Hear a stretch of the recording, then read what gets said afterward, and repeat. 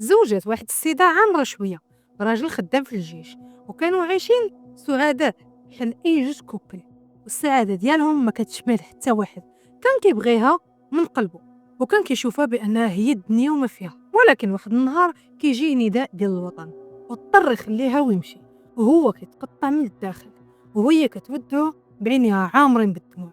بقات بوحدها 4 شهور، والوحدة دفعاتها تبقى تاكل بزاف. نهار على نهار الوزن ديالها غادي وكيتزاد، وكل ما خرجت للزنقه كيبداو يضحكوا عليها الناس، وحتى في الحانوت كتبقى تسمع الهمسات والسخريه.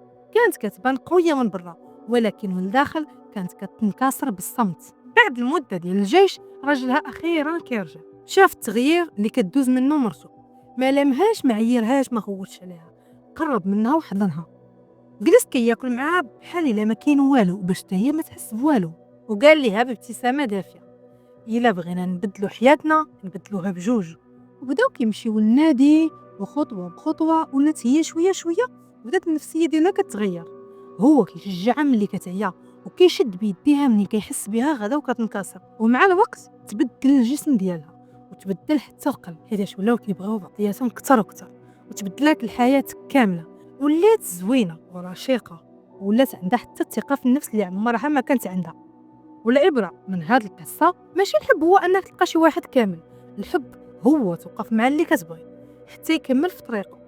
قولوا لي، واش عمركم طحتوا في شي واحد بحال هكا؟